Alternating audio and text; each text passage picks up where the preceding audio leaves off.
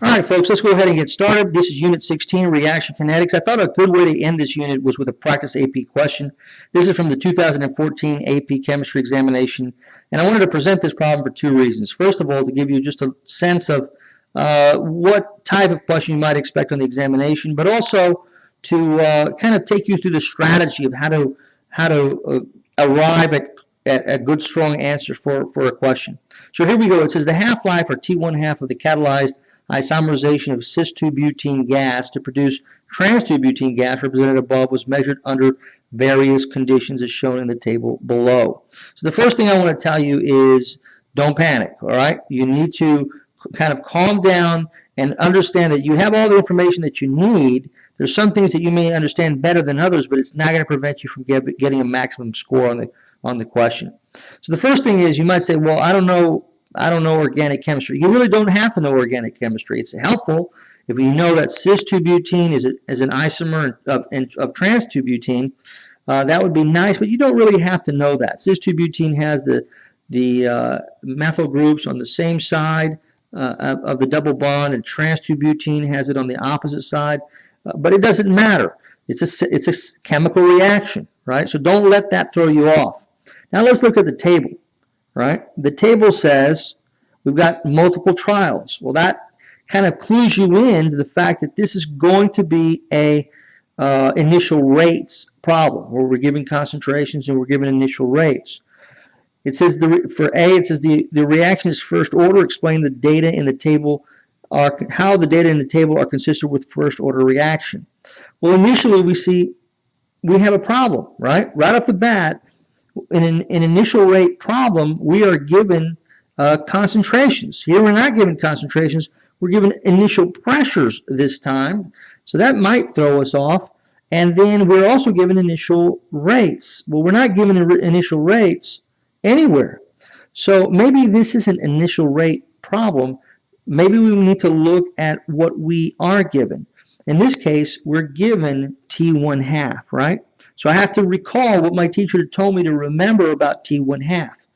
What he said was that I didn't have to memorize the formulas for T1 half for 0 and 2 order reactions, second order reactions. I only had to memorize it for first order. And golly, they're asking me about first order. What was that reaction? What was that equation? Let's see. It was T1 half is equal to the natural log of 2 over K. Yeah, that was it. And he also asked me to remember that initial concentration was not involved in the T1 half calculation.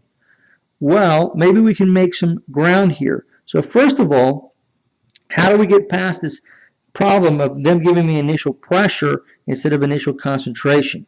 Well, I might just be able to deduce that somehow initial pressure, without any calculation at all, that initial pressure is related to initial concentration for a gas.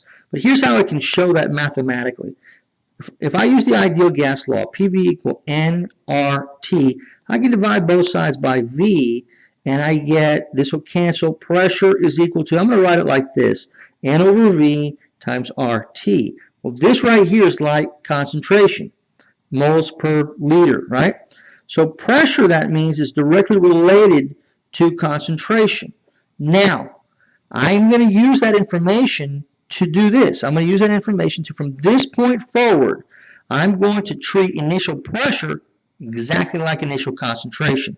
So right here, for example, there's a doubling of initial pressure. Right here, it's times 1.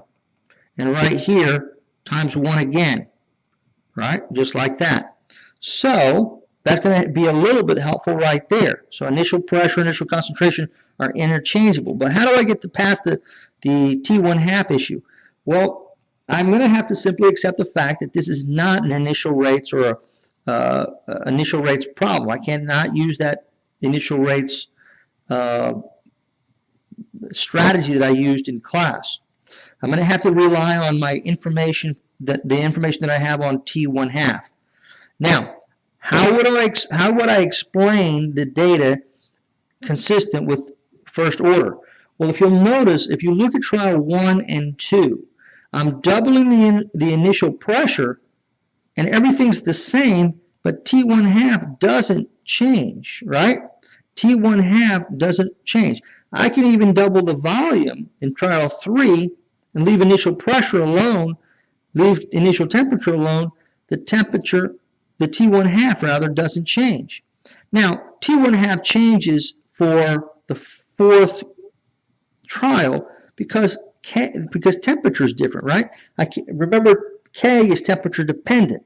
So if I change the K, I should expect to see a different T1/2 since K is temperature dependent, right? But nonetheless, this is my answer. And by the way, I'm going to I've recopied this on the next page to give us a little bit more space. But here's what I'm going to write. Okay? Here we go. The T1/2 for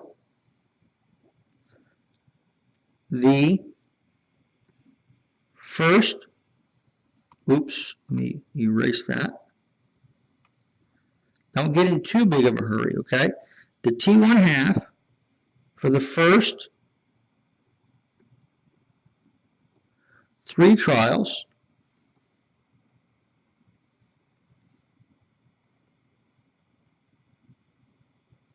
remains constant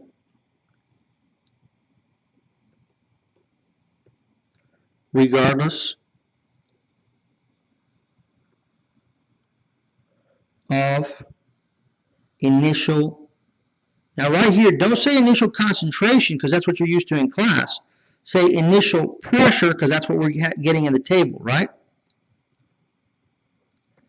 Initial pressure. Make sense? Okay. Now I need to complete the link. This is consistent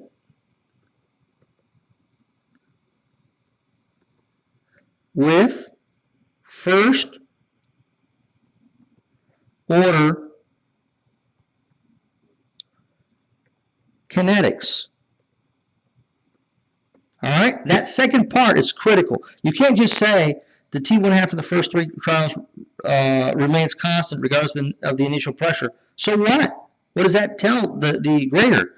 You have to tell them, you have to complete the link, complete the question. This is consistent with first order kinetics. All right? In part B, I'm asked to calculate the rate constant, or K, for the reaction at 350 and include the appropriate units with my answer. So if I look at the table, right, at 350, the T1/2 is the same every time it's 100, right? So keep that in mind. T1/2 is 100 every time. So I'm going to say this. I'm going to say, let's see, the initial reaction was, equation was T1/2 is equal to the natural log of 2 over K. So therefore, K is equal to natural log of 2 is 0.635, as I recall, divided by T1/2, which is equal to, remember, T1/2 is 100, so K is equal to 0.0635. Now, remember that the units for rate in this case are torr per second. Not moles per unit per second, but torr per second, right? That's rate. Torr over seconds. Now, I've just determined that it's a first order reaction. So that means that pressure, initial pressure, is in torr.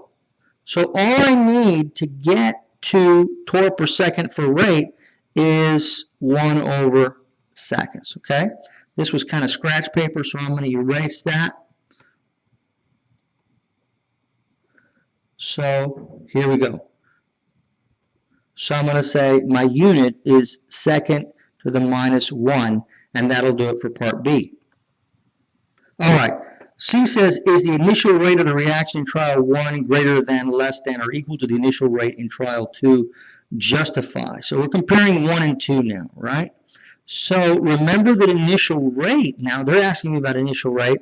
The initial rate is related to initial pressure, right?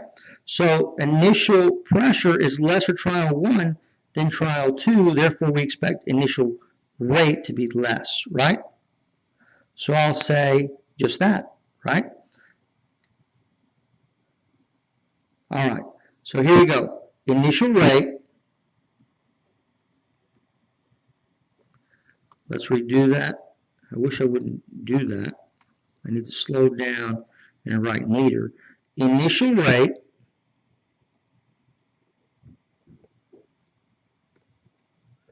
for trial number 1 is less than trial number 2 since initial pressure is less. Okay? And that'll do it for C. Okay, D says the half-life of the reaction in trial 4 is less than the half-life in trial 1, explained in terms of the activation energy. Let's take a look at that data. So they're telling me in trial 4, I've got a lower T1 half. Okay, so let's just take a look. I do indeed have a lower T1 half. I have 50 versus 100 for these. What would explain that? Well, the only difference between 4 and the other 3 is the temperature, right? The temperature is higher. So what do we know about temperature and its role in half-life? Here's what we know, okay? The half-life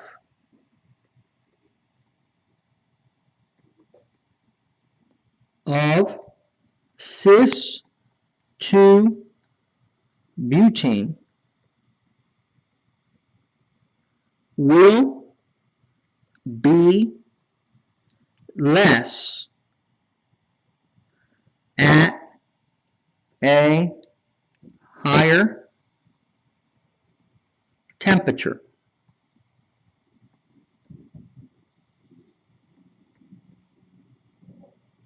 And I'll just put this. I'll put 365. And I believe that was K. Okay?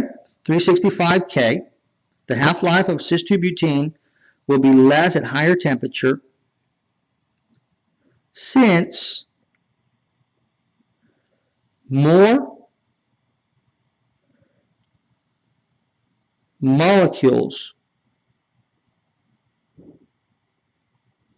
will have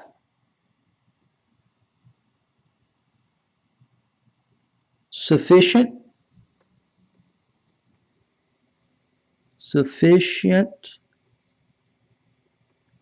activation energy, no, excuse me, kinetic energy, not activation energy.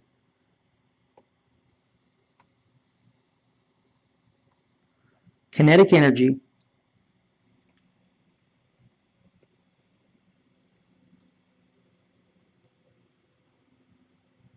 at collision to overcome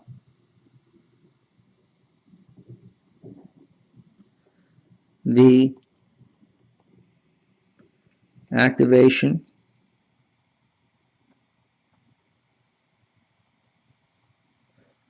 energy. Okay? All right, folks, that is a kinetics question on the AP exam. Again, this is 2014. If you can do that, you're going to get a maximum score on this question, right? That's a 5 on this particular question. I know you can do that. So that'll end this unit, and be sure and do a lot of practice problems to get your confidence up, and I'll see you in the next unit. Thanks. Bye-bye.